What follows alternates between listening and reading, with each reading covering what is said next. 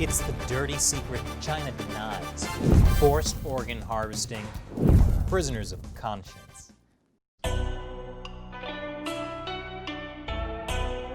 Welcome back to China Uncensored. I'm Chris Chappell. There's a movie on Netflix called The Laundromat.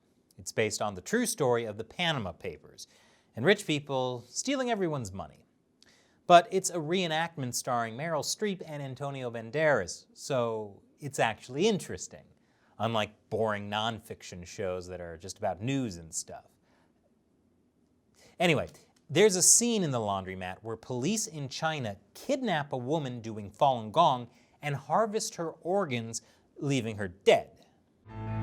He would say that the organs were harvested only after the prisoners were dead. But the Falun Gong were expendable, and a heart can bring $180,000 on the open market, depending on the blood type. This is known as forced organ harvesting. Basically, the Chinese Communist Party's state-run trade in human organs. And now that it's been in a fictional movie with big-name stars, it somehow seems more real. The victims of China's forced organ harvesting are allegedly prisoners of conscience. That means they're political and religious dissidents, like Falun Gong members, and Uighurs. Chinese officials deny the existence of a state-run organ harvesting scheme. A few years ago, they admitted that they used organs from executed prisoners. Those are people who were given death sentences for committing crimes. But they claimed that since 2015, China's official transplantation system has stopped using organs from executed prisoners. But Chinese officials have never admitted that they use organs from prisoners of conscience, even though they're still doing it. Remember, prisoners of conscience are arrested for their beliefs, not because they committed actual crimes. But there's plenty of evidence that proves the CCP is lying about organ harvesting. Shocking, I know. So is forced organ harvesting fact or fiction? In today's episode, we look at 6 things that show organ harvesting in China is sadly all too real. Number 6, unusually fast transplants. All over the world, people who need organs get on a waiting list. In the US, nearly 92,000 people are on the kidney transplant waiting list. That means a wait of several years for a kidney donor. In some states, depending on your blood type, it can be as long as 10 years. But not in China. In China, the wait can be as short as 2 weeks. And you can even schedule an organ transplant on a specific date. Good for you, bad for the organ donor. That's what Israeli surgeon Dr. Jacob Levy says. He points out that scheduling a heart transplant means scheduling someone else's death. If a patient was promised to undergo a heart transplant on a specific date, this could only mean that those who promised that knew ahead of time when his potential donor would be dead. Human rights lawyer David Mattis is the co-author of Bloody Harvest, a study into forced organ harvesting. He says scheduling transplants is possible because in China, there's a large supply of donors who are executed on demand. They've obviously got a lot of people sitting around waiting to be killed for a transplant, and they're just picking the right person to be killed depending on who the patient is. None of that waiting in long lines for organs like in backwards places like America. The Chinese Communist Party understands supply and demand, with Chinese characteristics. Number 5, transplant tourism. A BBC reporter went to a hospital in Tianjin City, China, and interviewed a Korean patient who came to China for a new liver. This undercover reporter captures a Korean patient recovering from a liver transplant at a hospital in Tianjin City, China. In the US, the median waiting time for a liver can be as long as 4 years depending on your blood type. But in China, the wait list is short, especially if you're not too picky about where the organs come from. The nurse says they did 7 transplants on the previous day.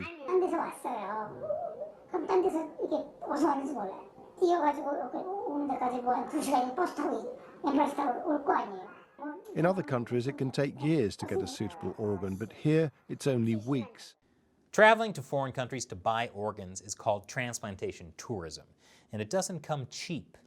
A kidney, $62,000. A liver, $150,000. And a heart, between $130,000 and $160,000.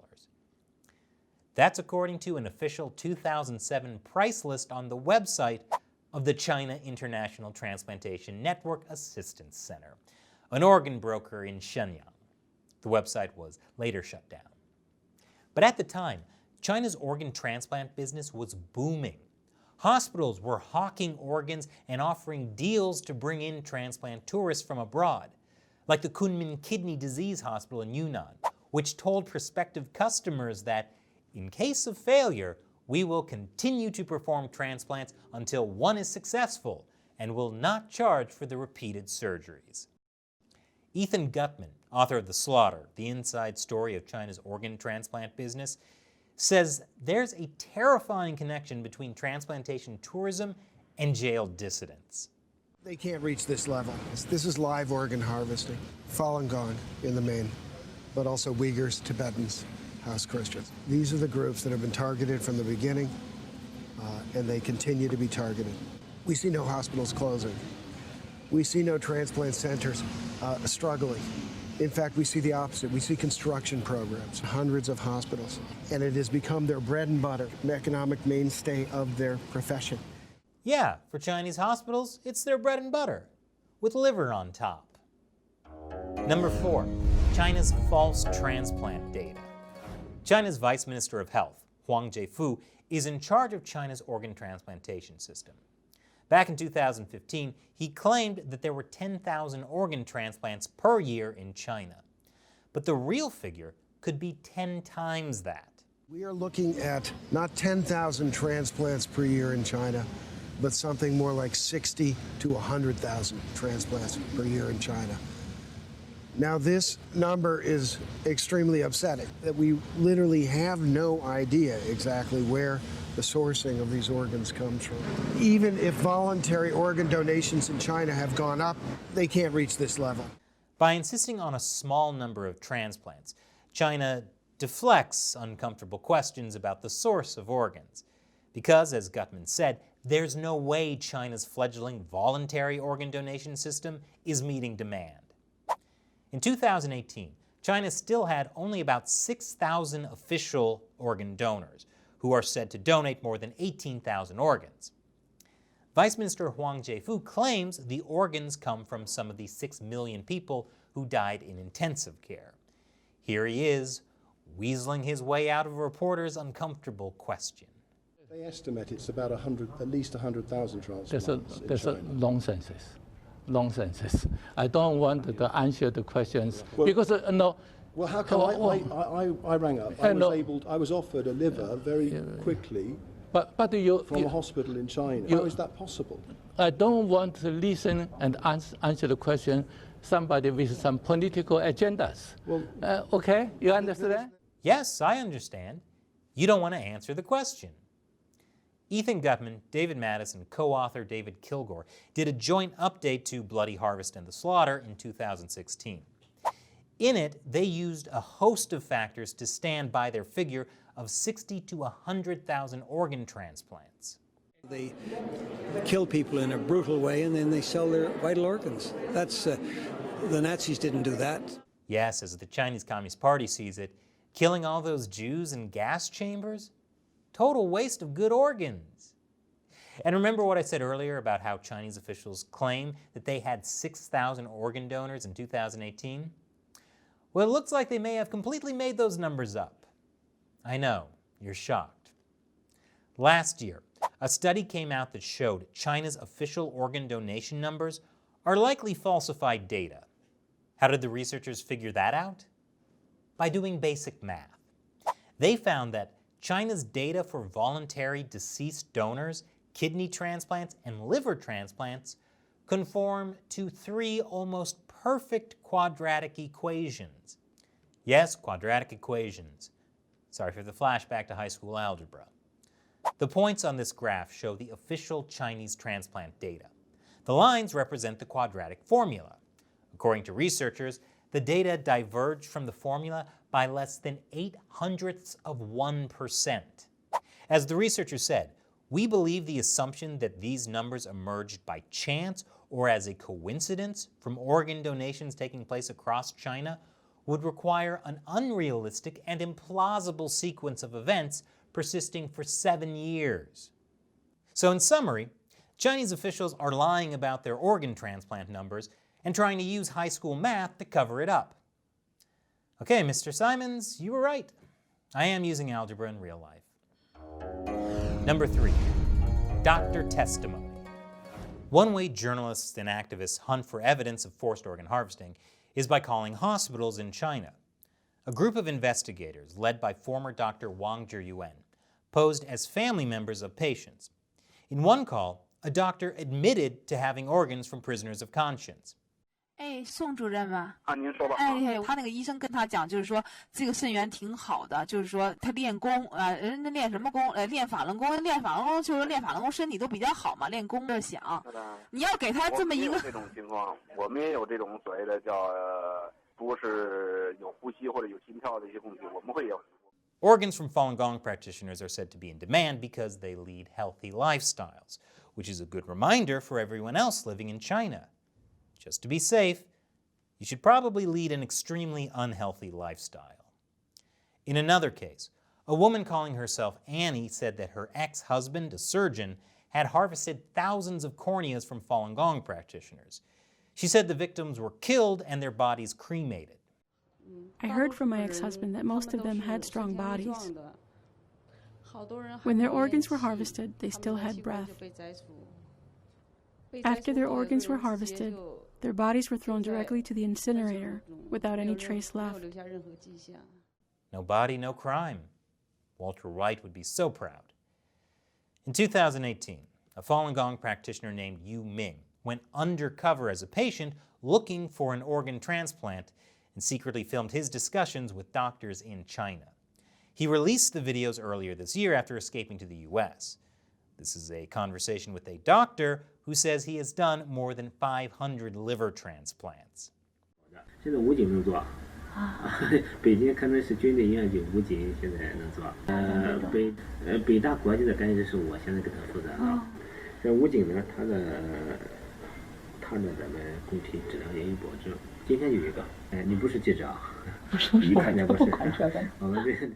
You also asked the doctor about getting a liver from someone who practices Qigong. Falun Gong is a type of Qigong. 他说你可以找那些练气功的，他说练气功的那种调理好的，可以上上看他的病情，能等，咱就调好的。每次呢，我把信息给你，我把这些情况给你以后然后呢，然后你觉得年龄大了，咱就再等下一个咱就等一个最好的。你的肝的质地很好，那肝。这极品肝。And how could you ever say no to the best liver ever? Number 2, witness testimony. Author Ethan Gutmann has interviewed a lot of Chinese dissidents after they got out of prison. And they often describe the same pattern of getting oddly specific medical tests, you know, in between torture sessions.